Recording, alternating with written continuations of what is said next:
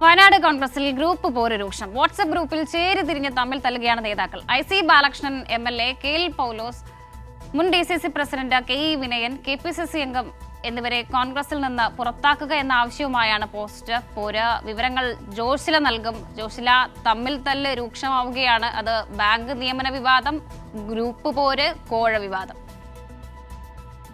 വർഷ, തീർച്ചയായും മുള്ളൻകൊല്ലി കോൺഗ്രസ് മണ്ഡല വികസന സമിതി യോഗത്തിൽ DCC പ്രസിഡന്റ് ND അബ്ബസിനെ കോൺഗ്രസ് പ്രവർത്തകർ മർദ്ദിച്ചതോടെ തുറന്ന പോര് വയനാട് കോൺഗ്രസിൽ ആരംഭിച്ചിരിക്കുകയാണ്.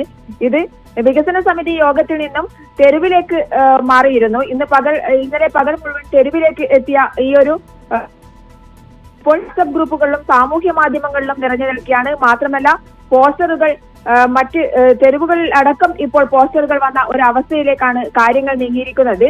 IC ബാലകൃഷ്ണൻ MLA, അതുപോലെ തന്നെ മുൻ DCC പ്രസിഡന്റ് KL പൗലോസ്, KPCC അംഗം EK വിനയൻ എന്നിവരാണ് ND അബ്ബസിനെ മർദ്ദിച്ചതിന് പിന്നിലെന്നും ഈ മൂവർ സംഘത്തെ പാർട്ടിയിൽ നിന്നും പുറത്താക്കണമെന്നും ആവശ്യപ്പെട്ടുകൊണ്ടാണ് പോസ്റ്ററുകൾ ഉയരുന്നത്. ഇത് പുൽപ്പള്ളി യൂത്ത് കോൺഗ്രസിന്റെ വാട്സ്ആപ്പ് ഗ്രൂപ്പിൽ നിറയുന്ന പോസ്റ്ററുകളാണ്. ഈ പോസ്റ്ററുകൾക്ക് ആരോപണങ്ങളും പ്രത്യാരോപണങ്ങളും ഉണ്ടായിക്കൊണ്ടിരിക്കുകയാണ്. അതുപോലെ തന്നെ സുൽത്താൻ ബത്തേരി നാഷണൽ ഹൈവേയിലും ഇപ്പോൾ പോസ്റ്ററുകൾ പ്രത്യക്ഷപ്പെട്ടു തുടങ്ങിയിരിക്കുകയാണ്. എന്തായാലും പോര് വളരെ രൂക്ഷമായി തുടരുകയാണ്. അത് ബാങ്ക് നിയമന വിവാദവുമായും കോഴ വിവാദവുമായും ആരംഭിച്ച നിയമന വിവാദങ്ങളിലൂടെ ആരംഭിച്ച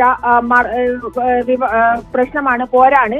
അത് DCC പ്രസിഡന്റിനെ മർദ്ദിക്കുന്നതിലേക്ക് മാറിയിരിക്കുന്നു. അതേസമയം തന്നെ DCC പ്രസിഡന്റ് ND അബ്ബസിനെയും ജനറൽ സെക്രട്ടറി OR രഘുവിനെയും മർദ്ദിച്ചുവെന്ന പരാതിയിൽ പുൽപ്പള്ളി പോലീസ് 6 പേർക്കെതിരെ കേസെടുത്തിരിക്കുകയാണ്.